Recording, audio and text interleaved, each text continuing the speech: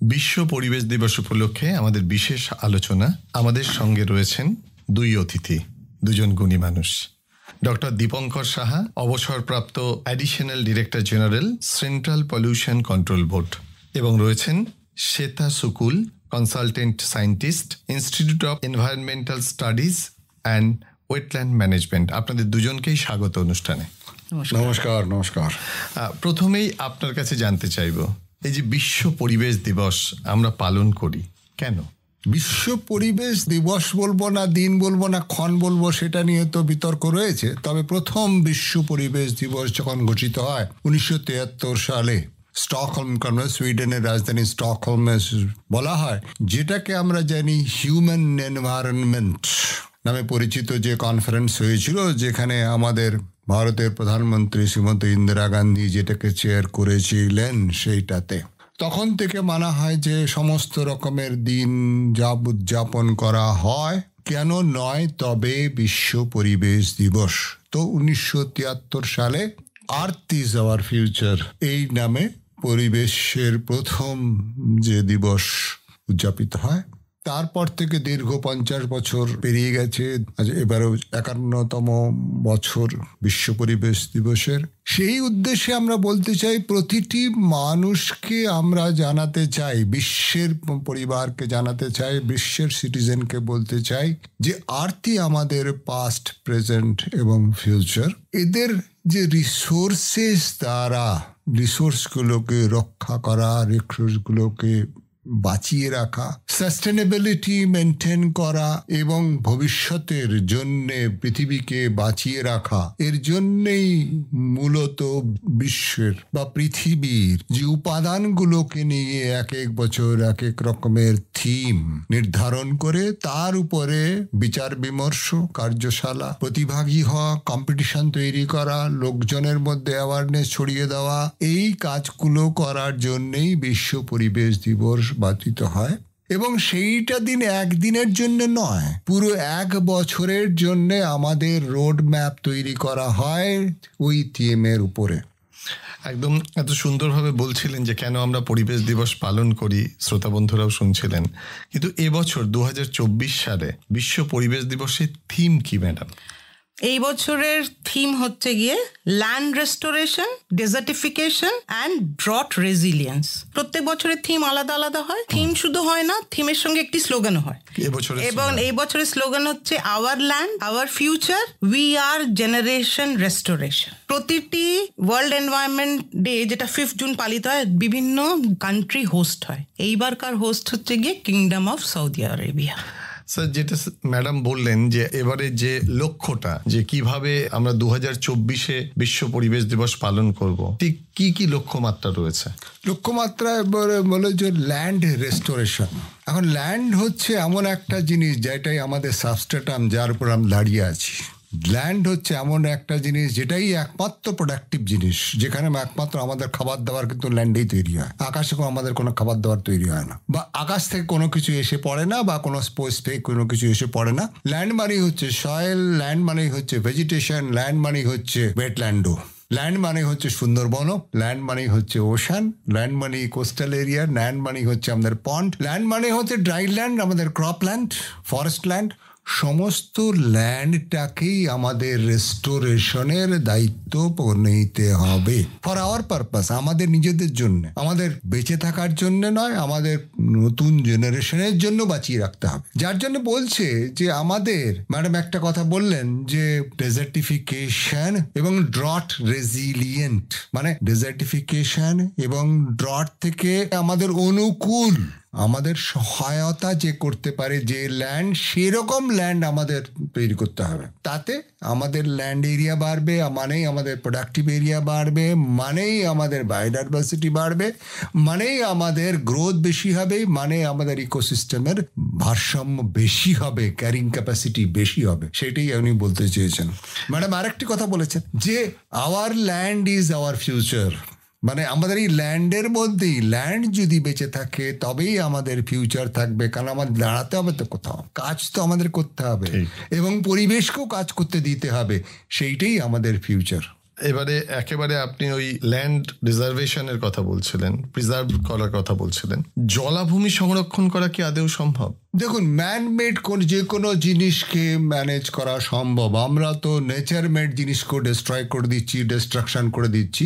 Man-made কোনো জিনিস যদি আমরা করে থাকি সেটাকে আমরা রিকভার করতে পারি, ইমপ্লিমেন্ট করতে পারি। জলাভূমি রিকভার করা এটা দরকার এই কারণেই যে এটা আমাদের ওয়াটারের একটা যে balance, actually ecosystem is nothing but A cycle of energy flow and energy cycle. এবং এনার্জির মধ্যে যে একটা কম্পোনেন্ট থাকে তার মধ্যে কিন্তু water is one of the component with carbon and nitrogen, these are the components. এখন ওয়াটারের যে ব্যালেন্স, ওয়াটারের যে সাইকেল, সেটা কিন্তু ওয়েটল্যান্ড দ্বারা পরিচালিত হয়। কার্বনের যে ব্যালেন্স বা কার্বনের যে চক্র বা কার্বনের যে সাইকেল, সেটাও কিন্তু আমাদের সিঙ্ক থেকে ল্যান্ডে যাবে, ল্যান্ড থেকে গাছে যাবে, গাছ থেকে আবার বাইন্ডিং হবে, বাইন্ডিং হয়ে আবার ঘুরে আসবে। এটা কিন্তু একটা চক্র। এই চক্রটাকে আমাদের রক্ষণাবেক্ষণ করতেই হবে, যার জন্যে জলাভূমির যে দায়িত্ব ওরা বহন করে চলেছে এটা কিছুতেই অস্বীকার করা সম্ভব নয়, সম্ভব করা উচিতও নয়। এবং এর জন্যে আমাদের যতটা প্রয়াস করা দরকার, যে যেখানে আছি, যে যেমনভাবেই হেল্প করতে পারি, এগিয়ে আসতে পারি, তাতেই আমাদের সমস্ত এনভায়রনমেন্টের ব্যালেন্সটাকে, ভারসাম্যটাকে, সংহতিটাকে মেনটেন করতে পারলেই আমাদের সমস্ত কিছু উপাদানকে ম্যানেজ করা সম্ভব। আচ্ছা ম্যাডাম, এই যে ম্যানেজ করা সম্ভব বলছেন, কিন্তু যদি জলাভূমি আমরা সংরক্ষণ করতে না পারি তাহলে বিপদ কোথায়?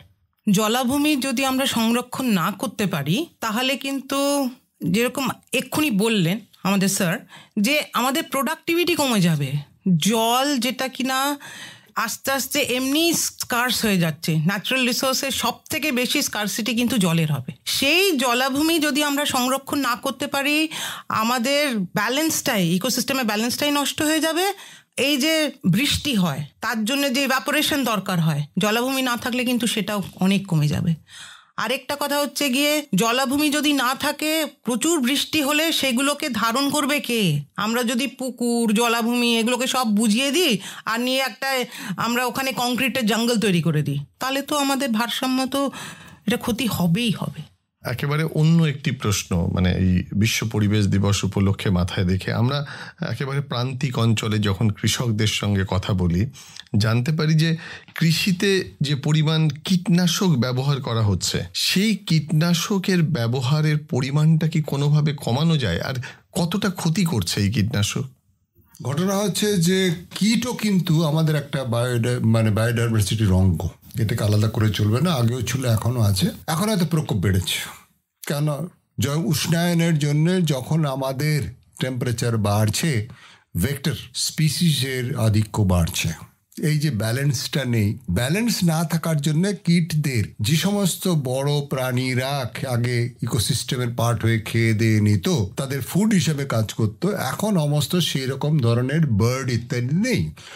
এখন বার্ড না হওয়ার জন্য কীটের সংখ্যা বাড়ছে, এবং কীটের সংখ্যা বেড়ে যাওয়াতে সেটাকে প্রতিরোধ করাও খুব দরকার হয়ে পড়ছে। কাজেই যদিও আমাদের শিক্ষা দীক্ষা এবং কৃষকদের জন্য আলাদাভাবে প্রোগ্রাম চালানো হয় যে কতটা জমিতে কোন ধরনের ফসলে কোন সময়ে কি কীটের জন্য কোনটা কীটনাশক ব্যবহার করা দরকার, সেটা হয়তো আমরা সবাইকে ঠিকমতো বুঝিয়ে উঠতে পারিনি। কেননা কীটের নাশক কতটা পরিমাণে ব্যবহার করা দরকার, কত সময় অন্তর ব্যবহার করা দরকার, কি কি ধরনের কীটনাশক ব্যবহার করা দরকার, সেটা যতক্ষণ আমরা বুঝিয়ে উঠতে পারছি ততক্ষণ কিন্তু আমাদের অপব্যবহারটা বেশি হবে বলেই মনে হয়।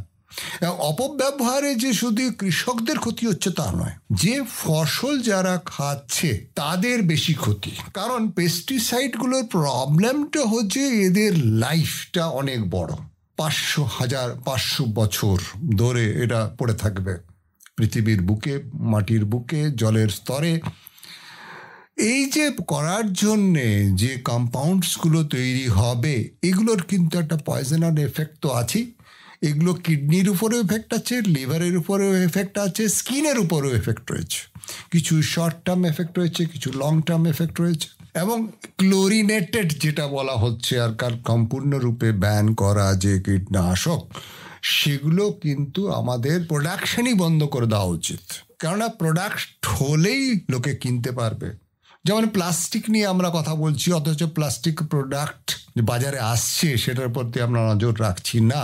সেটাও কিন্তু একটা দুষ্প্রভাব আমাদের প্রকৃতির উপরে রয়ে যাচ্ছে।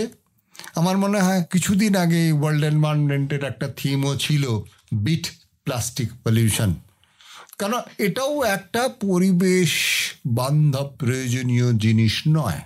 কাজে বৈজ্ঞানিকরা বারবার বলছেন যে পরিবেশ বান্ধব যেটা ইকোসিস্টেম দ্বারা পরিচালিত, ইকোসিস্টেমের বাইরে নয়, তাদেরকে নিয়ে জীবনযাত্রা চলুক আমাদের, তবেই সফলতা পাওয়া সম্ভব। একদম তাই। এবং আপনি যখন বলছিলেন নাগরিকদের কথা, প্লাস্টিকের ব্যবহার, নাগরিকরা কিছুতেই প্লাস্টিকের ব্যবহার বন্ধ করতে পারছে না। তাদেরকে কিভাবে সচেতন করা উচিত এবং এই প্লাস্টিকের ব্যবহার বন্ধ না হলে আগামী দিনে আমরা কি সমস্যার মুখে পড়তে পারি ম্যাডাম? দেখুন, এটা হচ্ছে গিয়ে মানুষের প্রবণতা, যে জিনিসটা সহজে আমরা পাই সেই জিনিসটার প্রতি আমাদের আসক্তি বেশি। প্লাস্টিক যে একদম বন্ধ করা হচ্ছে তা নয়, কিন্তু মাইক্রনস আছে, মানে তার ঘনত্ব কত সেইটা হিসেবে, যেটা ইউজেবল আর যেটা ইউজেবল নয়। আমরা কথা বলছি যে একদম পাতলা যে প্লাস্টিকগুলো, 70 মাইক্রনসের নিচে যে প্লাস্টিকগুলো, সেইগুলো যাতে আমরা যেন ব্যবহার না করি। এর উৎপাদন না হলেই ব্যবহার করা হবে না। এবং আরেকটা সচেতনতা আছে, আমরা আগে আমাদের মা বাবাদের দেখেছিলাম তারা থলে নিয়ে বাজারে যেত, কিন্তু এখন সেটা একদম বন্ধ হয়ে গেছে। তাই জন্যে আমাদেরকে অ্যাওয়্যার হতে হবে যে আমরা যখন বাজারে যাব তখন আমরা থলে নিয়ে যাব, আমরা ওখান থেকে চাইবো না। তাছাড়াও আজকাল অনেক রিসাইক্লেবল কাপস, পেপারের, ওগুলো বেরিয়েছে। এই নয় যে প্লাস্টিকের পরিবর্তে আর কিছু নেই, কিন্তু এটা একটা স্বভাব, এটা একটা অভ্যেস। আর এই প্লাস্টিকে কিন্তু জলে, স্পেশালি যারা মেরাইন ইকোসিস্টেম আছে, সেটা প্রচুরভাবে এফেক্টেড। আমরা বেড়াতে যাই, নদীর তটে বেড়াতে যাই, সমুদ্র তটে বেড়াতে যাই, পাহাড়ে বেড়াতে যাই, এবং ওইখানে প্লাস্টিক ছেড়ে চলে আসি, এবং এগুলো হাজার হাজার বছর ধরে এটা থেকে যায়। ডক্টর সাহা, আপনার কাছে যেটা জানতে চাইবো, যদি এটা বন্ধ নাই করতে পারি, নাগরিকরাও যদি বন্ধ না করতে পারে, আগামী দিনে আমরা কোন পৃথিবী দেখব?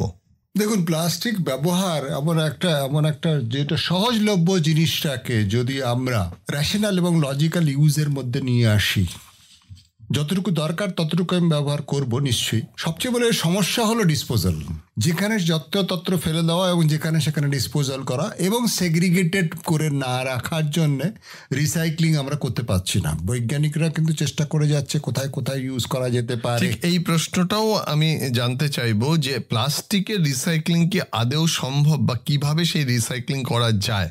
না, রিসাইক্লিং তো সেই পথে আসছিলাম যে পুনর্চক্রণ বলে একটা কথা রয়েছে। রিসাইক্লিং এবং ইউজ করার জন্যেই কোনো একটা জিনিসকে একবার ইউজ করে ওয়ান টাইম ইউজ করে ফেলে দেওয়ার জিনিস নয়।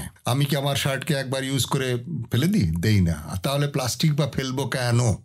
সেই প্লাস্টিককে পুনর্ব্যবহারের জন্য প্রস্তুতি করে দেওয়ার দায়িত্বটা যদি শুধু আমরা নিতে পারি, যদি আমি সেগ্রিগেটেড ওয়েতে রেখে দিতে পারি রক্ষণাবেক্ষণ করে, বা যারা রেজিস্টার্ড যারা রিসাইক্লার্স আছে তাদেরকে আমরা হস্তান্তরণ করতে পারি, তাহলে কিন্তু প্লাস্টিকের যে bad effect on the environment আছে কম করা সম্ভব। প্লাস্টিকের বড় দুষ্প্রভাব সবচেয়ে বড় হচ্ছে you don't allow water to percolate. আমাদের ল্যান্ডে যখন আমরা ফেলে দিচ্ছি সেই জায়গাগুলোতে ওয়াটার রিচার্জ হতে পারছে না। যে জায়গায় ফেলছি সেই জায়গার টেম্পারেচার বাড়ছে, এবং যে ল্যান্ডফিল সাইটে ফেলছি প্লাস্টিকের জন্যে এখানে যে ল্যান্ডফিল সাইটে যে ফায়ারগুলো হচ্ছে তাতেও কিন্তু হচ্ছে। এবং প্লাস্টিককে জ্বালানোও কিন্তু একটা নিয়মাবলী আছে। প্লাস্টিককে জ্বালাতে গেলে ডাইঅক্সিন ফিউরেন যাতে তৈরি না হয় সেদিকেও, কিউকি এই ডাইঅক্সিন অ্যান্ড ফিউরেন যদি কম টেম্পারেচার যেখানে ধোঁয়াটে ভাব হয়ে থাকে সেখানে যদি জ্বালাই আমি ডাইঅক্সিন ফিউরেন তৈরি হয়, এবং ডাইঅক্সিন ফিউরেন্স আর known as proven carcinogens. এবং আনবার্ন হাইড্রোকার্বন তৈরি হয়, এবং এই unburnt hydrocarbon very dangerous for the any kind of organism, whether it is animal, whether it is human being, whether it is a plant, এবং এর দুষ্প্রভাব থেকে এড়িয়ে করা যায় না। এছাড়াও আমাদের ডিফারেন্ট জায়গায় সমুদ্রে বলুন, যে আমাদের শুধু সচেতন হতে হবে, আমাদের শুধু সঠিক জায়গাতে ওটাকে নিস্তারণ করতে হবে, এবং আমাদের পুনর্চক্রণের যদি যারা রয়েছেন এই কাজে জড়িত, সে তার সঙ্গে আমাদের সঙ্গে জড়িত হতে হবে। ম্যাডাম, আপনার কাছে যে বিষয়টা জানতে চাইবো, এই ওয়েস্ট ম্যানেজমেন্ট সাধারণ মানুষ কিভাবে এর সঙ্গে যুক্ত হবে? সব থেকে প্রথমে হচ্ছে গিয়ে ওয়েস্ট ম্যানেজমেন্টকে আগে আপনাকে সেগ্রিগেট করতে হবে, আলাদা করতে হবে। বেসিক্যালি দু রকমের ওয়েস্ট হয়, একটা হচ্ছে বায়োডিগ্রেডেবল, একটা হচ্ছে নন বায়োডিগ্রেডেবল। ধরুন এই যে আমরা ইট, পাথর, বালি ইত্যাদি ইত্যাদি যেগুলো বেরোচ্ছে, এগুলোকে সব আমরা আলাদা করি। ডোমেস্টিক ওয়েস্ট যেগুলো বেরোচ্ছে সেগুলোকে আমরা আলাদা করি। প্লাস্টিক ইত্যাদি সেগুলোকে আলাদা করি। এই সেগ্রিগেট করে যদি আমরা ওয়েস্ট ডাম্পে আমরা যদি ফেলতে পারি, সেইখান থেকে কিন্তু রিইউজ করা যায়। যেরকম ডোমেস্টিক ওয়েস্ট থেকে ম্যানিউর বানানো যেতে পারে, আমরা নিজেরাই বাড়িতে বানাতে পারি। নিজেদের বাড়িতে যেগুলো আমাদের ডোমেস্টিক ওয়েস্ট আছে সেগুলো একটা উঠোনে গর্ত খুঁড়ে তার মধ্যে দিয়ে করে দিলে আমরা ওটার থেকেই ম্যানিউর বানাতে পারি। আরেকটা কথা হচ্ছে গিয়ে এই যে যত নন বায়োডিগ্রেডেবল ওয়েস্ট আছে সেইগুলোকেও ম্যানেজ করার জন্যে আলাদা করে দেওয়া আছে ল্যান্ডফিল, যেখানে আমরা সেগুলোকে ফেলবো। সবাইকে সচেতন হতে হবে। এই যে যখন বাঁশি বাজিয়ে নিয়ে যাচ্ছে, এখন কিন্তু কর্পোরেশন থেকে আপনাকে আলাদা করে বলে দিয়েছে যে এইখানে আপনি এই ওয়েস্ট দেবেন, এইখানে আপনি এই ওয়েস্ট দেবেন। আমরা যদি মানুষরা সচেতন হতে পারি, নাগরিকরা সচেতন হতে পারি, নিশ্চয়ই আমরা ওয়েস্ট ম্যানেজমেন্ট করতে পারবো। এবারে আসি অন্য প্রশ্নে। এই আমরা বুঝতেই পারছি যে দিনের পর দিন পৃথিবীর উষ্ণতা বাড়ছে।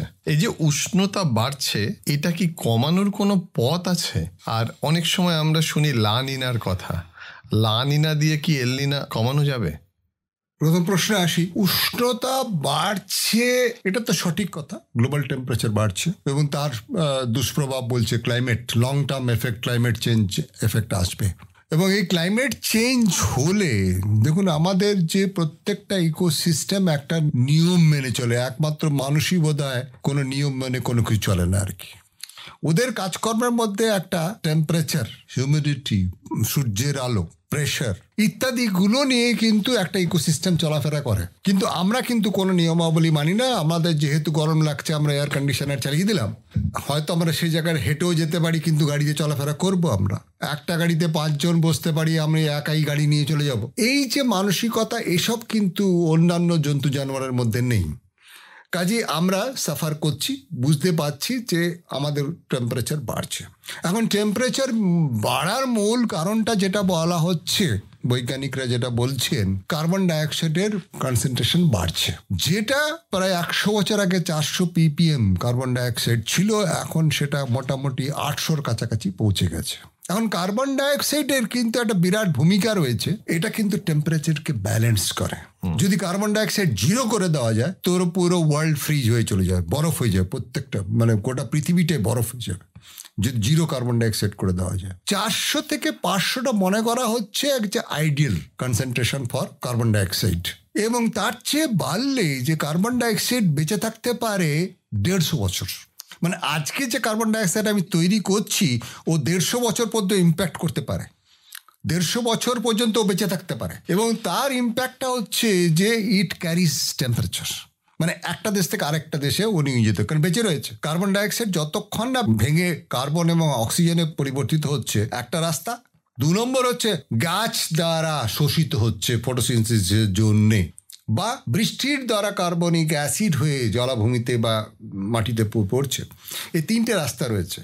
হয় প্রেসিপিটেশন হয়ে যেতে হবে জলের সঙ্গে হলে it is soluble in water, number 1। Number 2 হচ্ছে ফটোসিনথেসিসের জন্য plant it can uptake. Number 3 হচ্ছে যদি এরা বাতাসে ঘুরে বেড়ায়, তাহলে সেটা ক্ষতিকারক হতে পারে। আমরা শহরের মানুষ আতঙ্কে আছি। বারবার শুনছি যে উষ্ণতা বাড়ছে, শুনছি শুধু নয়, দেখছি, অনুভব করছি। যদি বরফ গলতে শুরু করে, তাহলে আমাদের এই কলকাতা শহর কি একদিন জলের নিচে ডুবে যেতে পারে? হাইপোথেটিক্যাল কোশ্চেন বলে মনে হয় আমার। কলকাতা দেখুন, এটা তো আমরা শুনে আসছি যে প্রত্যেক বছর 4 মিলিমিটার করে সমুদ্রের বাড়ছে, এখন ঘটনা হচ্ছে যে কিছু তো প্রভাব পড়বেই। তবে আমার মনে হয়, আমি ব্যক্তিগতভাবে যেটা মনে করি, আমাদের আর্থটা একটা লিভিং সিস্টেম। আর্থ যেমন মানুষের শরীরে যেমন জ্বর হলে ওষুধপত্র খায়, সেরকম পৃথিবীরও তাপমাত্রা বাড়তে পারে। ওষুধপত্র খেলে মানুষ যেমন ঠিকঠাক হয়ে যায়, সেরকম পৃথিবীর মধ্যেও যদি আমরা উৎসর্জন কমাতে পারি, ওয়েস্ট ম্যানেজমেন্ট করতে পারি, কার্বন ডাইঅক্সাইডের নিস্তারণ কম করতে পারি, এবং আমাদের ল্যান্ডকে যদি আমরা বাঁচিয়ে রাখতে পারি ঠিকঠাক, আমার মনে হয় না আতঙ্কের কিছু রয়েছে। আমাদের শুধু আমাদের যে জায়গায় যে দাঁড়িয়ে আছে সেই জায়গাতেই আমাদের কাজকর্ম করে যেতে হবে, র্যাশনাল ওয়েতে, লজিক্যাল ওয়েতে, পৃথিবীর ভবিষ্যতের কথা ভেবে, ভবিষ্যৎ প্রজন্মের কথা ভেবে আমাদের র্যাশনাল এবং লজিক্যাল ওয়েতে কাজকর্ম করে যেতে হবে, এটাই আমার বিশ্বাস। ম্যাডাম, পৃথিবীর ভবিষ্যতের কথা বলছিল, ভবিষ্যতের কথা ভেবে আমরা কাজ করব। গ্রামকে শহরে রূপান্তর করা মানে গ্রামের উন্নয়ন, সেটা করতে গেলে আমরা দেখছি পরিবেশের অনেক ক্ষতি হচ্ছে। তাহলে কি আর গ্রামের উন্নয়ন করব না? আর পরিবেশকে ঠিক রেখে কি আদেও নগরায়ন সম্ভব? সম্ভব। প্রত্যেকটা জায়গায় আমরা মডার্নিটি আনতে চাইছি, গ্রামকেও আমরা শহরের মতন করতে চাইছি। কিন্তু গ্রামের একটা অ্যাডভান্টেজ হচ্ছে গিয়ে ওখানে গাছ, তারপরে পুকুর, জল, এইগুলো যে ন্যাচারাল জিনিসগুলো আছে, এইগুলো থেকেই কিন্তু আমরা আরবানাইজেশন করতে পারি। আমরা সোলার ইলেকট্রিসিটি আমরা করতে পারি, তাহলে আমার ইকো ফ্রেন্ডলি হবে, আমার পলিউশন কম হবে। আচ্ছা, তারপরে আমরা প্লান্টের থেকে আমরা অনেক কিছু মেডিসিনাল যেগুলো ভ্যালুজ আছে তার আমরা একটা হাব বানাতে পারি, আমরা অর্চার্ডস বানাতে পারি, তার থেকে আমরা জ্যাম জেলি আচার বানাতে পারি। এরকম অনেক কিছু প্রকল্প কিন্তু এখন হচ্ছে গ্রামেও, যেটা কিনা আপনাকে মডার্নিটির দিকেই নিয়ে যাচ্ছে।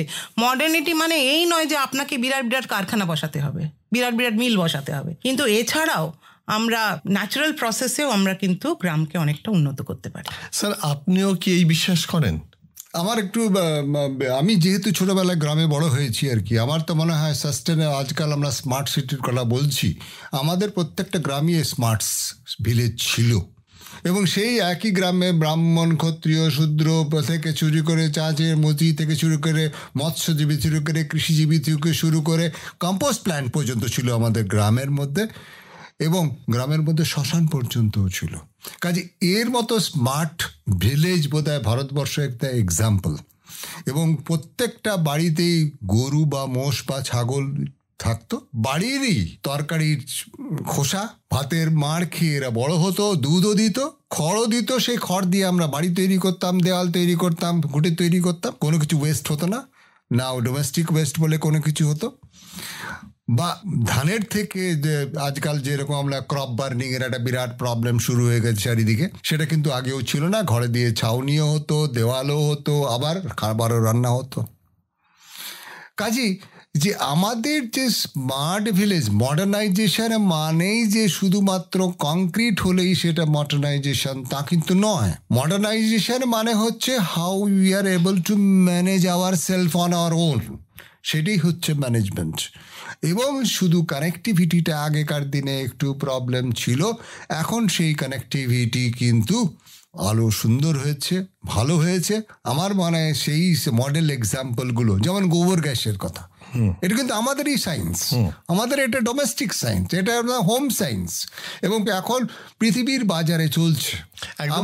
এই যে বলছেন যে গ্রামে আমরা এইভাবে এগুলো করতাম, আর একটা কথা আমার মনে পড়ছে, এখন সবচেয়ে বেশি আলোচনা হয় রেন ওয়াটার হারভেস্টিং। গ্রামের দিকে আগেই ছিল জল ধরে রাখা, এটা আমরা কেন করব ম্যাডাম, এবং এটা করলে লাভ কি? এই যে জলের স্তর নেমে যাচ্ছে, কংক্রিট বেশি হয়ে যাচ্ছে, জলের স্তর নেমে যাচ্ছে, এবং রেন ওয়াটার হারভেস্টিং মানে এই শুধু নয় যে আমি জলটাকে ধরে রাখলাম, এটাকে আমাকে গ্রাউন্ড ওয়াটারেও রিচার্জ করতে হবে। এই যে স্পেশালি যখন খুব বৃষ্টি পড়ে তখন কিন্তু ধরে রাখবো, এবং তারপরে ওটা গ্রাউন্ড ওয়াটার রিচার্জ করে সেই জলটাকে আমরা রিসাইকেল করে অনেকভাবে আমরা ইউজ করতে পারি। ফ্রেশ ওয়াটার নিডস আমাদের কমাতে পারি রেন ওয়াটার হারভেস্টিংয়ে। সব থেকে বড় কথা হচ্ছে ওয়াটার টেবিলকে মেনটেন করার জন্য ওয়াটার হারভেস্টিংয়ের, রেন ওয়াটার হারভেস্টিংয়ের খুব দরকার। আমরা এর আতঙ্কটা বুঝতে পারছি, পরিবেশকে কেন বাঁচাতে হবে, অন্যের জন্য নয়, আমাদের নিজেদের জন্য। কিন্তু পরিবেশ সম্পর্কে সচেতনতা বাড়াবো কি করে স্যার? একটা জিনিস বলি, আমরা যখনই আমরা নিজেদের কথা বলবো, পরিবেশ ছাড়া আমরা নিজেরাই নেই। যখন সেইটা concept is clear to us, তখন আমাদের পরিবেশ নিয়েই বাঁচতে হবে, পরিবেশকেই দূষণমুক্ত রাখতে হবে, পরিবেশকেই আমরা সাপোর্টিভ। আমাদের যত মেডিসিন পরিবেশ থেকে আসে, আমাদের যত সুন্দর হাওয়া পরিবেশ থেকে আসে, আমাদের সুস্বাস্থ্যের মূল হচ্ছে পরিবেশ। কাজেই পরিবেশকে সুস্থ সবল রাখতে পারলেই আমরাও সুস্থ সবল থাকতে পারবো। কিন্তু সচেতন করতে পারছি না তো ম্যাডাম, সচেতন করবো কি? আমাদের এটা আমার মনে হয় চেতনাটা নিজেদের মধ্যে আছে, চেতনাটাকে নিজেকেই জাগাতে হবে। আমি, আপনি এবং প্রত্যেকটি মানুষ যদি নিজেরটুকু করি, তাহলেই দেখবেন সবটা হয়ে গেছে। পরিবেশ ভিন্ন মানুষ নেই, মানুষ ভিন্ন পরিবেশ নেই। অসংখ্য ধন্যবাদ আপনাদের দুজনকে, এত সুন্দরভাবে বললেন। যারা শুনছেন, দায়িত্বটা এখন তাদের উপরে। তারা সবাই মিলে, আমি, আপনি, আপনারা সবাই মিলে এই পরিবেশটাকে বাঁচাবো। এটাই আজকে বিশ্ব পরিবেশ দিবসের আমাদের অঙ্গীকার। ভালো থাকবেন। ধন্যবাদ, নমস্কার।